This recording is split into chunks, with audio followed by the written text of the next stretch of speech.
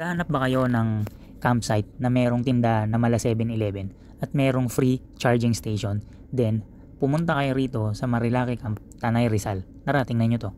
Papunta kami ngayon sa Marilaki Camp Store and meron kaming bibilin. And kung mapapansin nyo yung bubong nila, ilang pirasong solar panel yan na nagbibigay ng power sa buong campsite and doon sa charging station.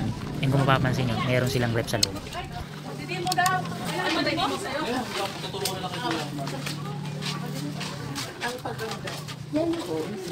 Mas nila akong yelo.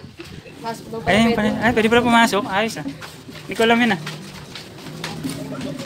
Magandang hapon. Magkano ba yelo? Yan pa pala silang ano. 50 po yung yelo. Ayun, paninda. Isa sa atin yelo. Wala yung malaki. Mas malaki. Ayos yung tindahan nila oh. Pwede ka pumasok sa loob. Ayun mga paninda nila. Royal, ano ba? Coke, 7-Up.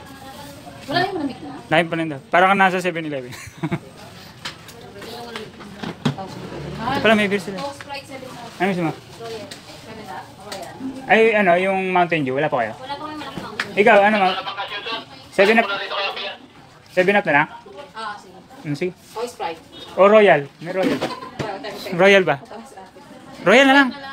Ano ba gusto mo? Royal nga gusto ko eh. Yung gulo eh, no? Ay, mga paninda nila. Ayun, may Smirnoff sila.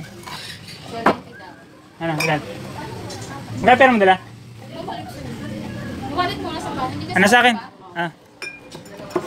Biling ko sana lahat kasi 200 lang pera ko. Ah. Ano pa? Magkano po, te? May malamig ka na sir, no? Wala. 70 piso na yun. Ah, sige. Sige. Magkano yung... Magkano po lahat? 70, 140, 240.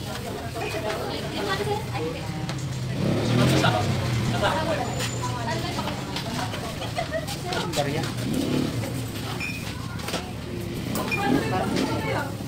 Natin lagay, kala mo tangguay eh, no? Hindi kaya mo sa manong kahapon. Salamat eh.